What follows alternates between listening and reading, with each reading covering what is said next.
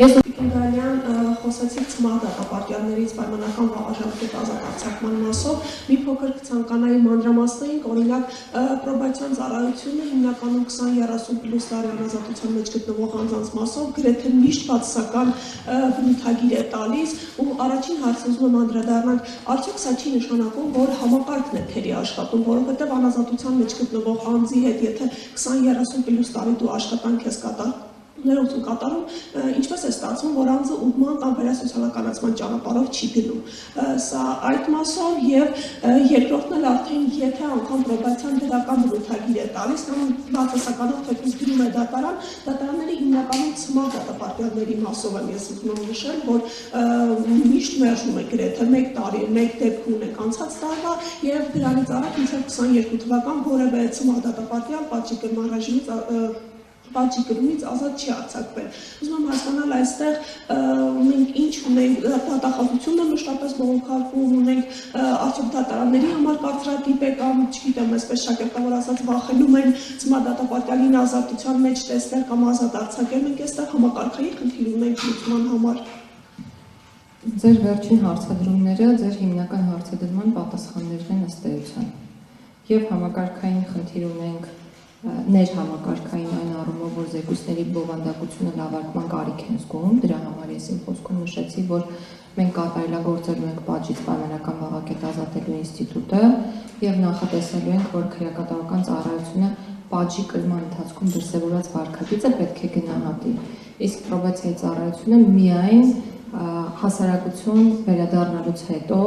դրսևորելիք վարքագծին պետք է հնարավոր գնահատական տա, այսինքն կանխատեսումների եղանակով դա պետք է տեղի ունենա եւ այդ երկու զեկույցները պետք է ոչ թե հակասեն իրար, այդպիսի իրականություն այսօր երբեմն ունենում ենք, այլ փոխլրացնեն։ Դրա համար անհրաժեշտ է, որ այդ զեկույցները պատասխանեն տարբեր հարցերին։ Մենք հիմա մշակում ենք այն հարցերի շրջանակը, որոնց պետք է պատասխանեն այդ երկու զեկույցները, եւ ես վստահաբար կարող եմ նշել, որ դրանք ավելի մարդակենտրոն ու օբյեկտիվ են լինելու, որովհետեւ հստակ հարցերի են պատասխանելու։ Նույն բալային համակարգն է լավարկվում, այսինքն իմիտացիոն չպետք է լինի այդ բալային համակարգը եւ հնարավոր օբյեկտիվ, ամենաօբյեկտիվ պատկերացումը տա անձի վերասոցիալականացման ուղու եւ հետագայում նրա հնարավոր վարքագծի հետ կապված։ Սա ներհամակարգային խնդրի լուծման հնարավոր տարբերակն է, որով որպեսզի ճանապարհ մենք առաջ ենք շարժվում։ Մյուս ձեր մտահոգությունները, դրանք էլ են ինչ-որ առումով տեղին, այո, դատարանները մտահոգվում են կամ գուցե կարծրատիպային մոտեցում կա, գուցե հաշվի են առնում արարքի վտանգավորությունը, որովհետև եթե անկեղծ լինեմ, մենք շատ քիչ ծմահ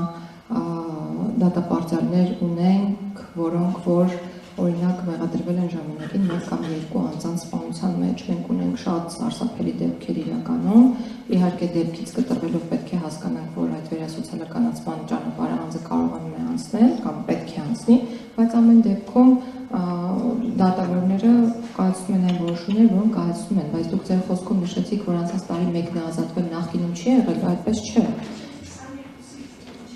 Այո, ընդհանուր, եթե չեմ սխալվում, 5 կամ 6 ծմահ ազատազրկված են, որում այդ թիվը 2018-ից հետո է եղել, այսինքն հեղափոխությունից հետո է եղել, ու ես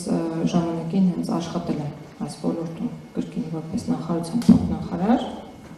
տեղակալ, ու դա հնարավոր է դարձել այդ ժամանակահատվածում։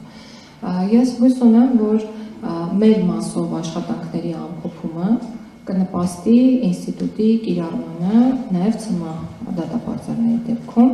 բայց ցավով պետք է նշեմ, որ մենք ունենք նաև օրինակ, երբ նախկինում ազատ արձակվածը կրկին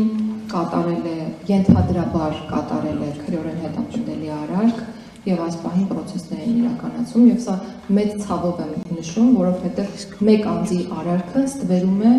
մեկ այլ անձանց